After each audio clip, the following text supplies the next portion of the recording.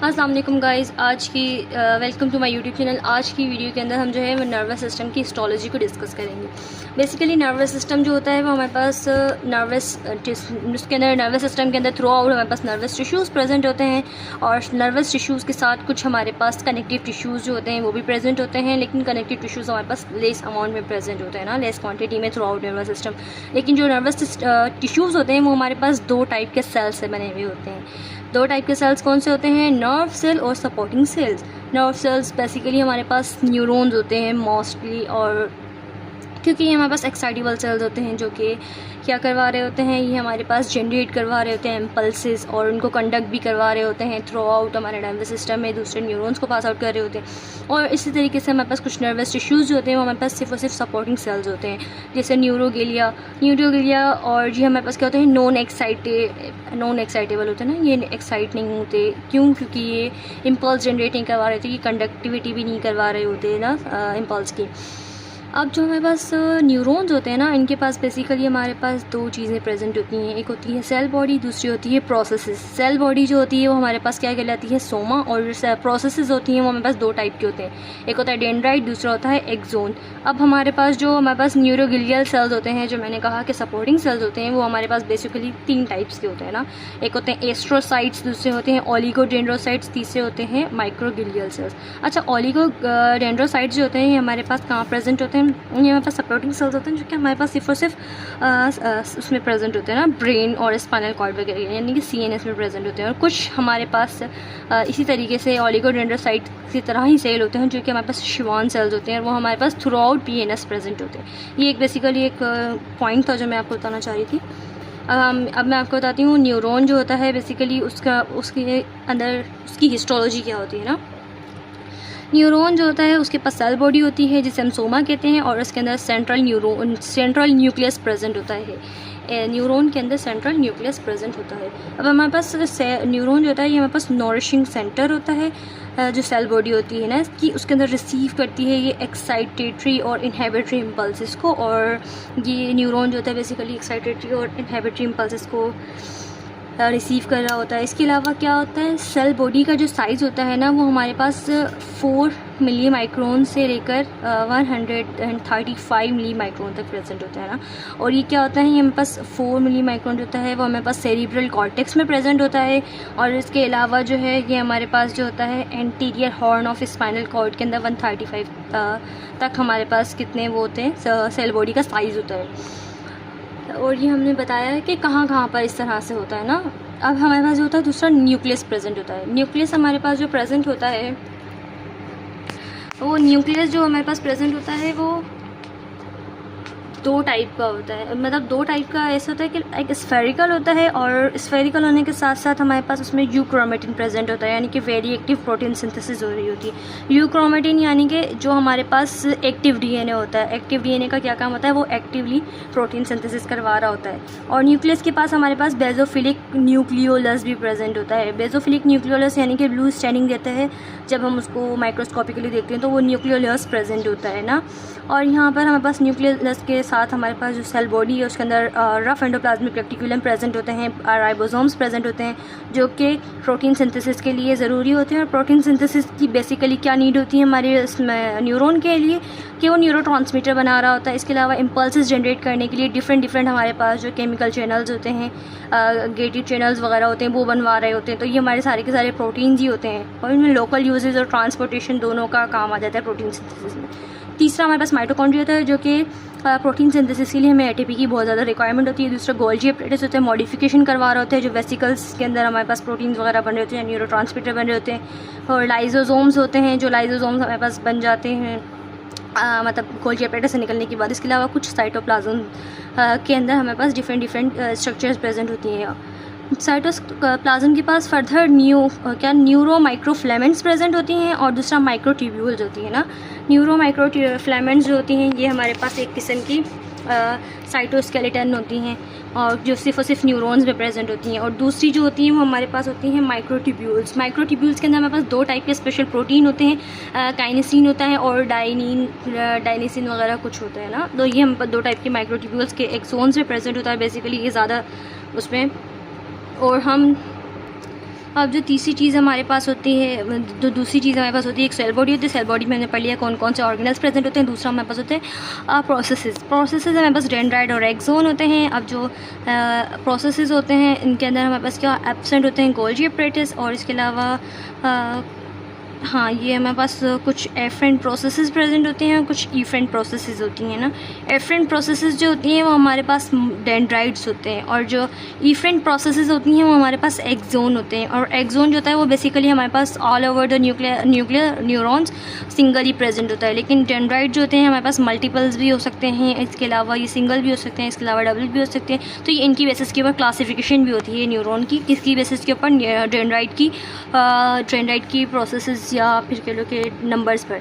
और दूसरा होता है ब्रांच लाइक ट्री, और ये हमारे पास ट्री की लाइक हमारे पास ब्रांचेस होती हैं डेंड्राइट्स की, और ये नोब लाइक प्रोजेक्शन होती हैं डेंड्राइट के अंदर। और इसके अलावा यहाँ पर हमारे पास क्या होता है, ये हमारे पास होते हैं कोलेट्रल और टेलो डेंड्राइट, यानी कि इनके पास बेसिकली सिर्फ और सिर्फ सिंगल ही जो है हमारे पास एक्सोन प्रेजेंट होता है। इनके भी लाइक नोब लाइक स्ट्रक्चर होती है जिनको हम कहते हैं बोटन्स।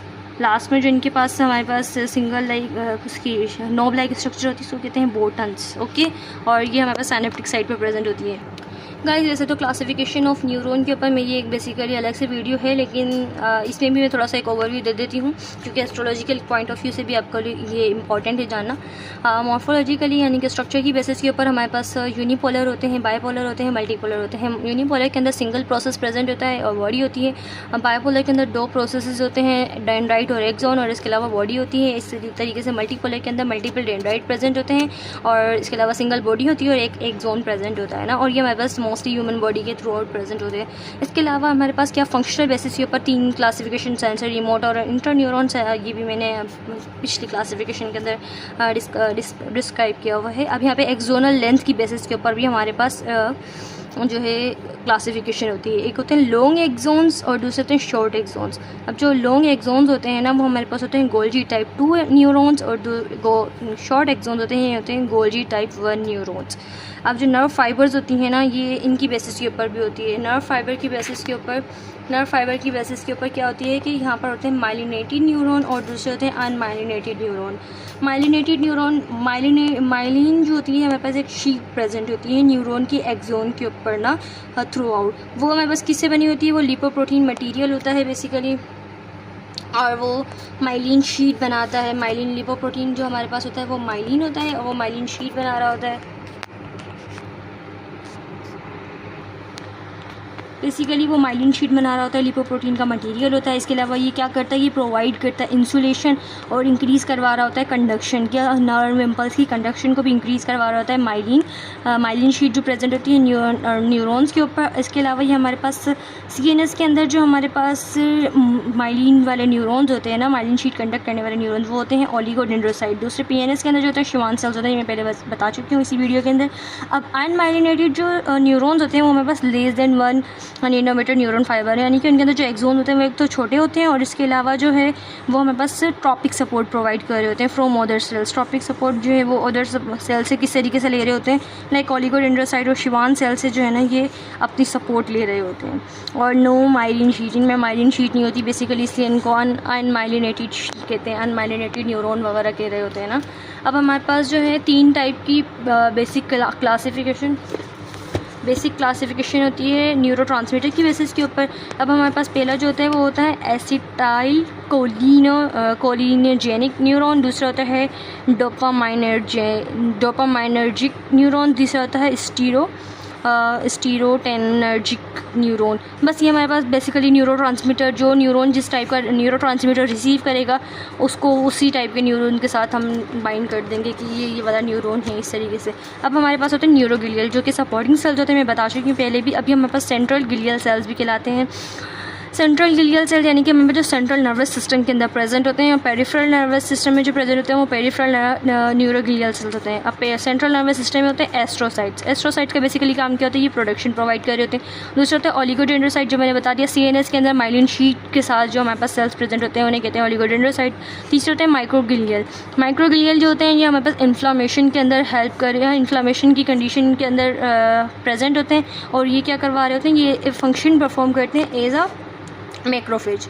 ये मैक्रोफेज के तौर पर एक कर रहे होते हैं माइक्रोग्लियल सेल्स। दूसरा होता है एपेंडीमा। एपेंडीमा भी एक तरह के सेल्स प्रेजेंट होते हैं हमारे पास, लेकिन ये हमारे पास CSF को लाइन कर रहे होते हैं ना, हमारे पास जहाँ पे CSF हमारे पास रन कर रहे होते हैं वहाँ पर जो हमारे पास न्यूरॉन प्रेजेंट होते हैं या सपोर्टिंग सेल्स प्रेजेंट होते हैं, न्यूरॉन नहीं सपोर्टिंग सेल बेसिकली जो प्रेजेंट होते हैं वो हमारे पास होते हैं एपिडीमा। और ये हमारे पास क्या प्रोटेक्शन और सर्कुलेशन के अंदर मतलब हेल्प करवा रहे होते हैं। अब हमारा जो है पेरिफेरल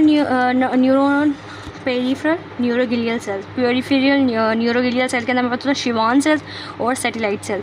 शिवान सेल होते हैं ये हमारे पास माइलिनेटेड सेल्स होते हैं जो कि हमारे पास प्रेजेंट होते हैं पेरिफेरल सिस्टम में, यानी कि बस जितना भी पेरिफेरल नर्वस सिस्टम है उसके अंदर। और दूसरे होते हैं सैटेलाइट सेल। सैटेलाइट सेल्स कहते हैं ये अराउंड नर्व सेल होते हैं और ये हमारे पास सिंपथेटिक सेंसरी गैंग्लियाज जो होते हैं ना ये वो बनवा रहे होते हैं। गाइस जैसे कि साथ में आपको एक और चीज़ बताती हूँ, साइनेप्सिस। साइनेप्सिस क्या होते हैं, ये हमारे पास contact between two nerve cells, दो न्यूरॉन्स जो होते हैं ना उनके बीच में हमारे पास बेसिकली जो है ना दो न्यूरॉन्स के बीच में एक किस्म का जंक्शन होता है, उस जंक्शन को हम कहते हैं साइनेप्स। दो टाइप के जंक्शन होते हैं, एक होते हैं केमिकल साइनेप्स, दूसरा होता है इलेक्ट्रिकल साइनेप्स। केमिकल साइनेप्स होता है इसमें अंदर क्या होता है transmission by chemical substance, transmission होती है केमिकल सब्सटेंसेस के थ्रू। दूसरा होता है इलेक्ट्रिकल साइनेप्स। इलेक्ट्रिकल साइनेप्स के अंदर केमिकल सब्सटेंसेस इन्वॉल्व नहीं होते। केमिकल सब्सटेंसेस के अंदर हम न्यूरो ट्रांसमीटर्स वगैरह की बात कर रहे हैं ना। अब हमारे केमिकल साइनेप्स के अंदर फर्दर तीन टाइप की चीज़ें इन्वॉल्व होती हैं। एक होता है प्री साइनेप्टिक न्यूरॉन, जिससे प्री साइनेप्टिक एलिमेंट भी कह सकते हैं या न्यूरॉन कह सकते हैं। न्यूरॉन का एलिमेंट होता है जो एक्सोन होता है। और दूसरा होता है सिंपथेटिक साइनेप्टिक क्लेफ्ट जो होता है और प्रेजेंट होता है। तीसरा होता है post synaptic element. Post synaptic element जो होता है वो हमारे डेंड्राइट भी हो सकता है, एक्सोन खुद हो सकता है, या सेल बॉडी हो सकती है, या कोई भी मसल हो सकता है इन्वॉल्व। ये हमारे पास केमिकल साइनेप्स के तीन चीज़ें थी। ये हम आगे फर्दर डिस्कस करेंगे किस तरीके से ये सारा कुछ हो रहा होता है ना। Thank you so much. आज के लेक्चर के लिए इतना ही। अगर आपको वीडियो अच्छी लगी हो तो प्लीज़ लाइक कमेंट सब्सक्राइब करें और आगे मेरे लेक्चर को शेयर करें और अपने दोस्तों को भी इस तरह की शॉर्ट वीडियोस से फ़ायदा उठाने दें। प्लीज़ सपोर्ट करें और अगर आपको कुछ भी सवाल हो तो वो आप कमेंट सेक्शन में पूछ सकते हैं। Thank you.